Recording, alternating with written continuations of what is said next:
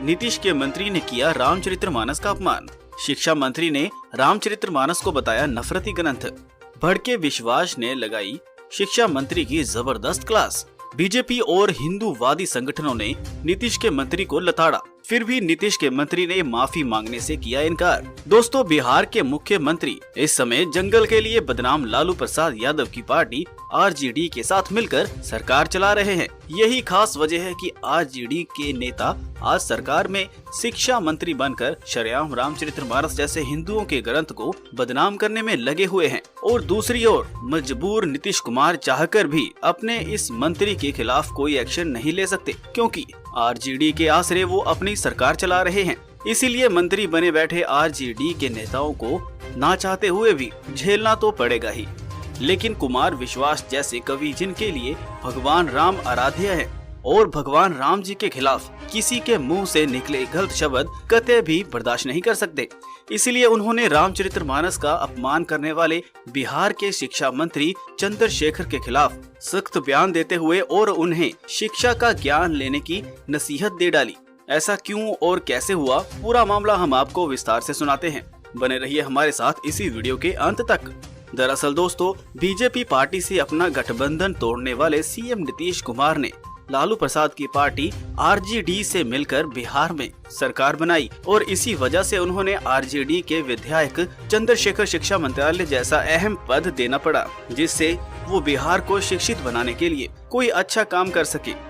लेकिन शिक्षा मंत्री चंद्रशेखर शिक्षा से जुड़े काम को लेकर किसी वजह से नहीं, हिंदुओं के धर्म ग्रंथ रामचरित्र के खिलाफ बयान देकर खबरों की सुर्खियों में छाए हुए हैं। उन्होंने रामचरितमानस को नफरत फैलाने वाला ग्रंथ बताते हुए ये तक बोल डाला कि मानो इस स्मृति ने समाज में नफरत का बीज बोया है और इसके बाद रामचरितमानस ने समाज में नफरत पैदा की। आज के समय में गुरु गोवलकर के विचारधारा में नफरत फैला रही है। दोस्तों, आप वीडियो में देख ही सकते हैं जैसे वे अपने बयान लोगों के बीच देते नजर आ रहे हैं। तो आपने देखा ना दोस्तों, नीतीश सरकार ने शिक्षा मंत्री चंद्रशेखर ने जब से रामचरितमानस के खिलाफ अपमानजनक बयान दिया है, तब से मानो लोगों के बीच बवाल मच गया है। विपक्ष में बैठे बीजेपी ने तो इस मुद्दे पर नीतीश सरकार को जमकर अपने अड़े हाथों में ले लिया। एक ट्वीट में तंज मारते हुए नीतीश को लिखा, आदरणीय नीतीश कुमार जी, भगवान शंकर के नाम को निरर्थक कर रहे आपको अशिक्षित शिक्षा मंत्री जी को शिक्षा की अत्यंत अविलंब आवश्यकता है। आपका मेरे मन में अतीव आदर है, इसलिए इस दुष्कर्म कार्य के लिए सवे को प्रस्तुत कर रहा हूँ। इन्हें अपने राम सत्र में भेजें ताकि इनका मनस्ताप शांत हो। कुमार विश्वास के अलावा बीजेपी के नेताओं ने भी शिक्षा मंत्री के साथ साथ नीतीश सरकार को भी जमकर अड्डे हाथों ले लिया। और मध्य प्रदेश के गृह नरोत्तम मिश्रा ने एक बयान में कहा, बिहार के शिक्षा मंत्री चंद्रशेखर धार्मिक ग्रंथ रामचरितमानस की चौपाई की गलत व्याख्या कर समाज को तोड़ने का काम कर रहे हैं, जो किसी के लिए भी सही नहीं है। दोस्तों, आप मध्य प्रदेश के गृह नरोत्तम मिश्रा का बयान भी सुन सकते हैं कि वो अपने बयान में क्या कहते दिखाई देते हैं। उन्होंने विश्वास कुमार का साथ देते हुए कहा कि एक शिक्षा मंत्री खुद अपने आप ज्ञान को लेकर गलत बातें कैसे कर सकता है, ये तो बच्चों से भी गया गुजरा है। जिस तरह शिक्षा मंत्री ने हिंदू रामचरित्र को लेकर भद्दी टिप्पणियां की, वह उन्हें शोभा नहीं देता। दोस्तों, आपकी इस खबर को लेकर क्या राय है? आपकी जो भी राय है वो आप हमें नीचे कमेंट बॉक्स में कमेंट करके जरूर बताएं। हमारे चैनल को सब्सक्राइब कर लें और बेल आइकन को जरूर प्रेस कर लें ताकि हमारी वीडियो की नोटिफिकेशन सबसे पहले आप तक पहुँचे। यहाँ तक बने रहने के लिए धन्यवाद। आइए देखते हैं एक और बड़ी खबर। वर्दी पहनकर रौब दिखाकर ठगी करता था कासिम। दोस्तों, हिंदुओं को टॉर्चर करने के लिए मुस्लिम लोग क्या कुछ नहीं करते हैं। इस बार इंस्पेक्टर की वर्दी पहनकर एक मुस्लिम, जिसका नाम मोहम्मद कासिम है, वह हिंदुओं के साथ ठगी करता था, उन्हें प्रताड़ित करता था। लेकिन जैसे ही ये खबर सीएम योगी तक पहुंची तो सीएम योगी ने सबसे बड़े आईपीएस को इस पूरे मामले को सल्टने को कहा और यूपी पुलिस ने कैसे इसे दबोचा, अब आपको डिटेल में बताते हैं और आपको ये भी बताएंगे कि ये कितने दिन से ये काम करता था और क्या कुछ करता था। तो बने रहिए इस वीडियो के अंत तक। दोस्तों, ये मामला अमरोहा का है, जहां लोगों को खाकी वर्दी का रौब दिखाकर ये फर्जी दरोगा लोगों के साथ ठगी किया करता था।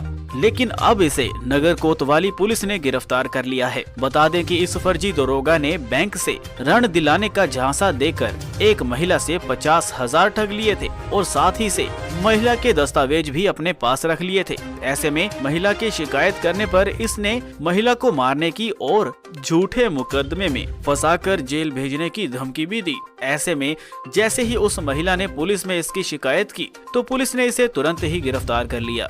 गांव चौखट निवासी अली की पत्नी नजरीन झा का आरोप था कि अमरोहा के थाने में खुद को दरोगा बताने वाले कासिम से उनके पति की मुलाकात हुई थी। ऐसे में कासिम अपने आप को पुलिस का दरोगा बताता था और उसने बैंक से लोन दिलाने का विश्वास दिलाया और नसरीन झा के नाम पर 10 लाख का लोन कराने का झांसा देकर महिला की 10वीं 12वीं की मार्कशीट और बाकी डॉक्यूमेंट्स भी ले लिए और इसके साथ ही गूगल पर और पेटीएम के माध्यम से उसने महिला से 55,000 रुपए भी ठग लिए थे। लेकिन महिला को अब तक भी लोन नहीं मिल पाया। ऐसे में जब महिला ने अपने पैसे वापस मांगे वह टालम टोल करने लगा। ऐसे में रुपए वापस करने का ज्यादा दबाव बनाने पर उसने पैसे देने से साफ इनकार कर दिया। ऐसे में अधिकारियों से शिकायत करने पर वह महिला और उसके पति को जान से मारने यहाँ तक कि झूठे केस में फंसाकर जेल तक भेजने की धमकी दे रहा था। ऐसे में नसरीन झा ने इस मामले की शिकायत एसपी को दी, जिसके बाद कासिम के खिलाफ धोखाधड़ी और धमकी देने के मामले में केस दर्ज कर लिया गया। सीओ के मुताबिक जांच करने पर ये पता चला कि कासिम नकली वर्दी पहनकर घूमता है और वह खुद को दरोगा बताता है और ऐसे करके वह शहर के लोगों पर अपना रौब जताता है। पुलिस ने बताया कि वह नकली वर्दी पहनकर आजाद रोड पर घूम रहा था।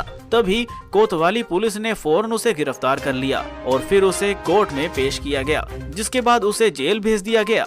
आपको बता दें दोस्तों कि उत्तर प्रदेश में ये कोई पहला मामला नहीं है, बल्कि इससे पहले भी एक फर्जी दरोगा को गिरफ्तार किया गया था, जिसे यूपी पुलिस ने गिरफ्तार करके जेल भेज दिया था। हालांकि वह तो 180 किलो वाला वजनी दरोगा था, लेकिन ये कासिम जो था इसने यूपी पुलिस और सीएम योगी को धोखा देने की भरपूर कोशिश की थी। लेकिन अब ये फर्जी दरोगा यूपी पुलिस के चंगुल में आ गया है। इसे गिरफ्तार कर लिया गया है और इस पर गंभीर आरोप के मुकदमे दर्ज कर लिए गए हैं और इसे जेल भी भेज दिया गया है।